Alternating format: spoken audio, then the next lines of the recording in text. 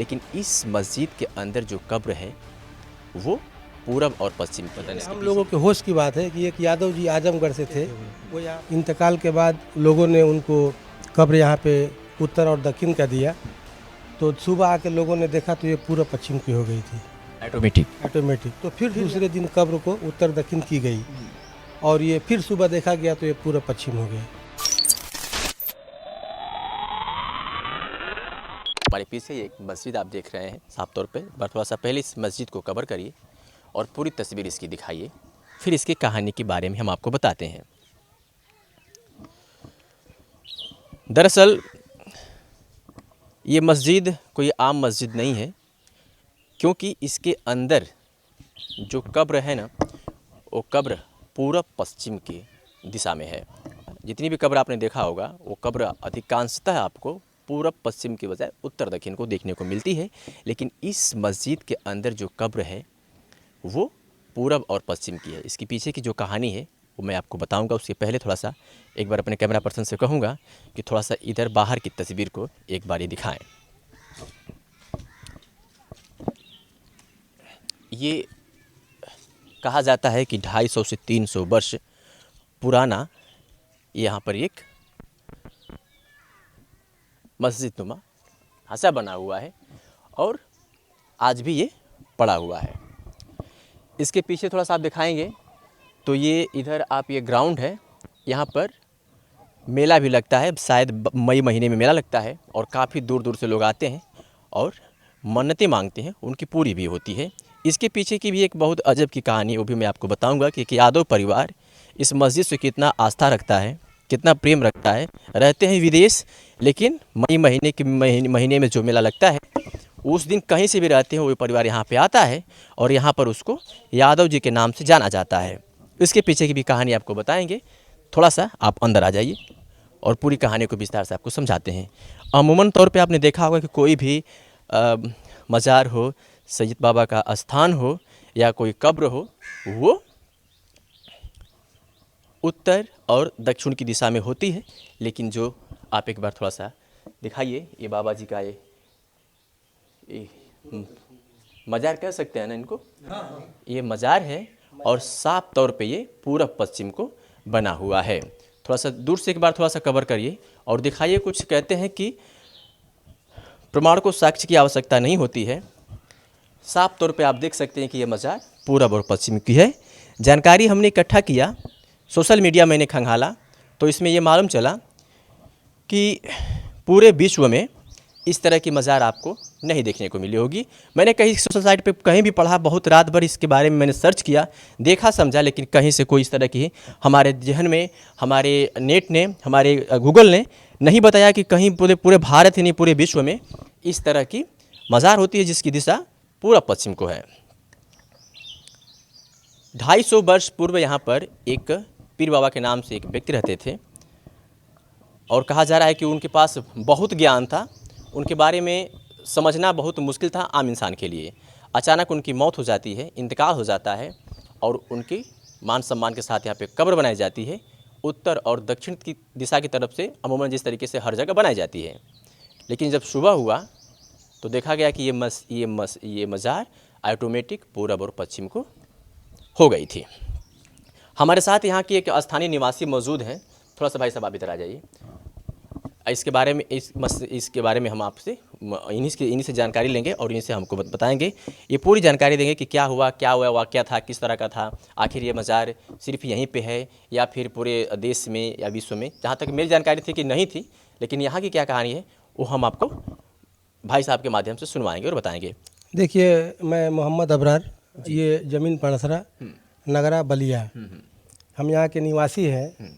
हमारे बाप दादा भी इसके बारे में बताते हैं। बहुत 200-250 साल पहले यहाँ पे एक बुजुर्ग आए थे और यहाँ पे पूरा ये जंगली इलाका था, तो वो यहीं पे रहते थे। वो इंतकाल के बाद लोगों ने उनको कब्र यहाँ पे उत्तर और दक्षिण का दिया, तो सुबह आके लोगों ने देखा तो ये पूरब पश्चिम की हो गई थी ऑटोमेटिक।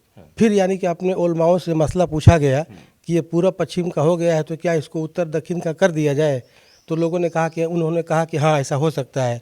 तो फिर दूसरे दिन कब्र को उत्तर दक्षिण की गई और ये फिर सुबह देखा गया तो ये पूरा पश्चिम हो गया। कब की बात है ये, कितना दिन पहले? ये कम से कम 200 बरस लगभग। जो पीर बाबा थे क्या उनका नाम था? उनका पीर बाबा के नाम से उनको जानते थे, लेकिन अजगैब इसलिए लगाते हैं कि उनके बारे में कोई जानकारी नहीं थी। अच्छा, कब यहाँ पे आए थे, कब से यहाँ पे रह रहे हैं, हाँ, इसके बारे में हाँ, किसी को बस पता ये नहीं। हम लोगों के होश की बात है कि एक यादव जी आजमगढ़ से थे, वो यहाँ पे आए थे, उनकी संतान नहीं थी, तो यहाँ पे आए तो उनकी संतान हुई और वो 25 बरस का वो लड़का हो गया है।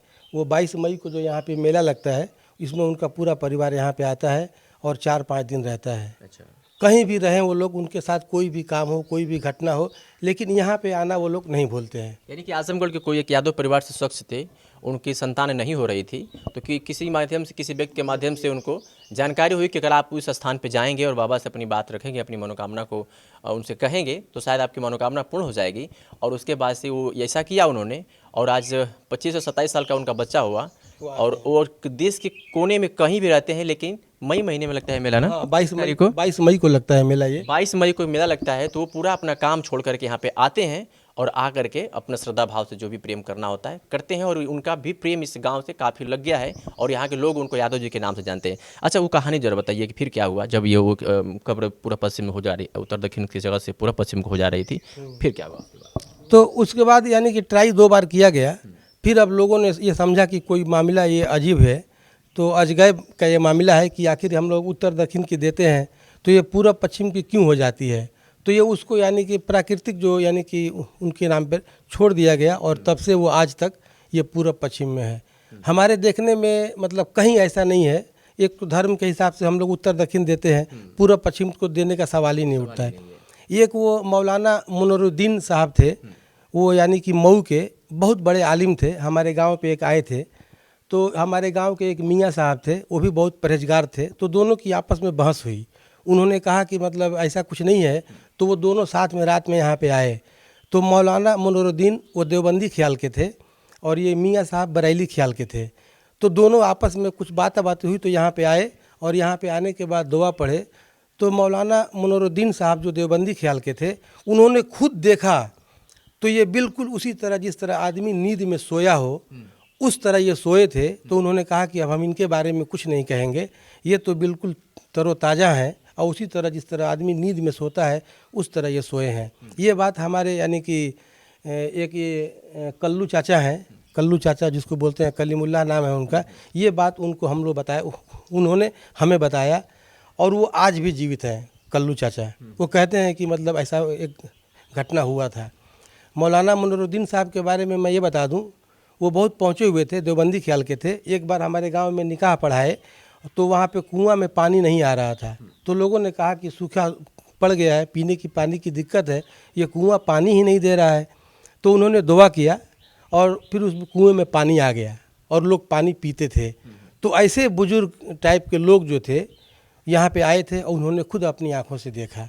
भाई साहब, एक बात बताइए, जैसे मैंने भी इसके बारे, इस स्थान के बारे में जब मुझे जानकारी हुई तो मैंने सोशल साइटों को बहुत खंगाला, गूगल से भी मैंने कुछ सवालात किए कि क्या इस तरह के और भी कहीं हैं, तो मुझे कहीं इस तरह की जानकारी नहीं मिली, ना यूट्यूब प्लेटफॉर्म, मतलब सोशल मीडिया की नेटवर्क की दुनिया में कहीं भी नहीं मिला। जैसे कि आजकल आसान हो गया है, किसी भी चीज़ का सवाल जवाब आप कर सकते हैं, कहीं नहीं मिला।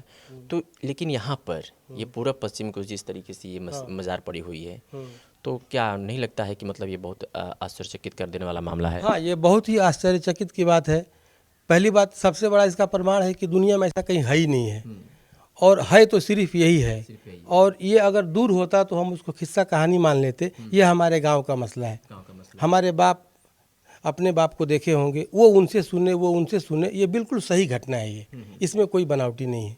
अच्छा, ऐसा नहीं लगता जिस तरीके से जो यहाँ पे मेला लगता है, तो क्या उस मेले का क्या इतिहास रहा है कि मतलब उसके बारे में कुछ बताइए कि कितनी भीड़ होती है, कहाँ कहाँ से लोग आते हैं, क्या खासा उसका क्या खास बात है उसके बारे में? देखिए, ये 22 मई को यहाँ पे बर्फाती चाचा रहते थे, वही इसके मुजावर थे, वही देखते थे, वही मेला लगवाए आज से कम 45 साल पहले।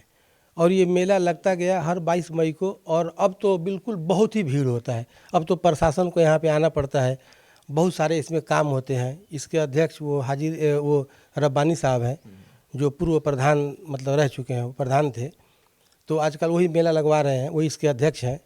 तो और बाकी सारे गांव के लोग सहयोग भी करते हैं, चादरें चढ़ती हैं और दूर दूर से लोग, जिसको हम लोग नहीं भी जानते हैं, झूला वाले या और भी यानी कि बहुत सारे मिठाई वाले दूर दूर से आते हैं, और पता नहीं वो लोगों को कैसे पता चल जाता है, हम लोग जान भी नहीं पाते हैं। लेकिन पूरा ये भरा हुआ होता है, ये बहुत दूर दूर से सारे रिश्तेदारियों में। सबसे बड़ा हम लोगों का एक त्यौहार ये हो जाता है कि जो हमारे दूर से जो हमारी बेटी बहन भतीजी हैं जिनकी शादी हो गई है, वो किसी मौके पे आए या ना आए, लेकिन 22 मई के मौके पे वो सब आ जाती हैं और सबसे सबकी मुलाकात हो जाती है। ये हम लोग खुद देखते हैं। जिस तरीके से ये एक ऐतिहासिक स्थल इसको कहा जाएगा, हाँ। क्योंकि अगर बातें पूर्व पश्चिम की बात आ जाए, अगर वो भी कब्र की, तो बहुत बड़ी चीज़ होती है। तो क्या कभी यहाँ के स्थानीय प्रशासन या स्थानीय जिम्मेदार इसको ऐसा नहीं सोचे कि इसका और थोड़ा सा विकास हो, सौंदर्यीकरण उसको बढ़ाया जाए, इसको थोड़ा सा और पर्यटक स्थल बनाया जाए? ऐसा कभी किसी के मन में ख्याल आया, फिर कभी या किसी ने कहा आकर के, ऐसा कुछ हुआ क्या कभी? नहीं, ऐसा हुआ है। जैसे जैसे यहाँ पे बनता गया, जो आप ये देख रहे हैं पूरा ये बना है, ये लोगों दूसरे ही के पैसे से बना है ये, तो लोग इसमें ताउन करते हैं।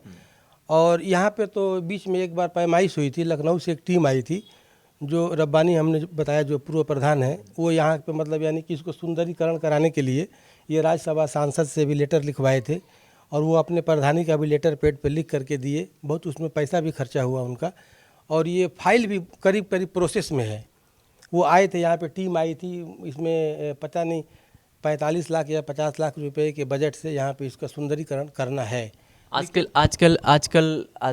इस मज़ार को लेकर की जो चर्चाएं होती होंगी, आज किस नज़र से लोग देखते हैं? लोग कहते हैं कि ये सब धकोसला है, बनावटी बातें हैं, ये सब कुछ है नहीं, सब झूठी बातें हैं, तमाम तरह के अंधविश्वास से लोग जोड़ के देख लेते हैं। लेकिन ये तो एकदम बिल्कुल जिस तरीके से आप पूरा पश्चिम को हम भी देख रहे हैं, यकीन नहीं हो रहा है मुझे, इतने दिनों की रिपोर्टिंग के दौरान कभी ऐसा हमने देखा नहीं है, और उम्र भी कुछ ज़्यादा, लेकिन इस तरह की चीज़ें हमने नहीं देखा है। तो इसको लेकर के क्या आजकल क्या चर्चाएं होती हैं, कुछ इसके बारे में बताएंगे? हाँ, देखिए, चर्चा की बात है तो ये सारे लोग जानते हैं जो हमारे धर्म से जुड़े हुए हैं। एक देवबंदी ख्याल के लोग होते हैं, एक बरेली ख्याल के होते हैं। उन दोनों की आपस में बनती नहीं है, वो उसको गलत मानते हैं, वो उसको गलत मानते हैं। लेकिन जहाँ तक हमारे गांव का सवाल है, इसमें देवबंदी भी लोग हैं, बरेली भी लोग हैं, इनके बारे में कभी कोई शिकायत नहीं करता है, और हमने आज तक किसी से सुना भी नहीं है। और जो भी हो, इनकी मतलब इज्जत करते हैं, और इनके बारे में मतलब अच्छा एक मतलब विचार रखते हैं, और आते भी हैं। अगर नहीं भी आते हो तो कभी कोई बुराई तो नहीं करता हुआ देखा हमने, किसी को नहीं देखा। तो साफ तौर पे आप देख सकते हैं कि ये मज़ार पूरब और पश्चिम को आज भी है।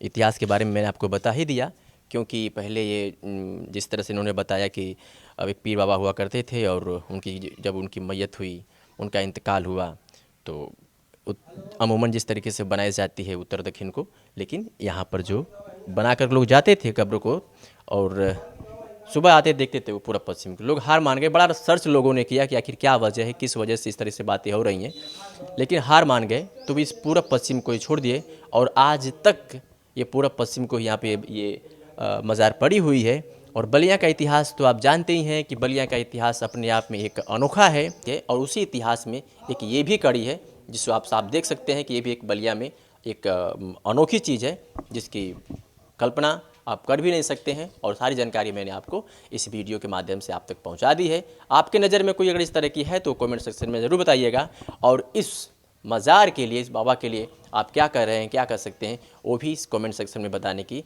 कोशिश करिएगा। खबर में आखिर तक बंद रहने के लिए आप सभी का बहुत बहुत धन्यवाद।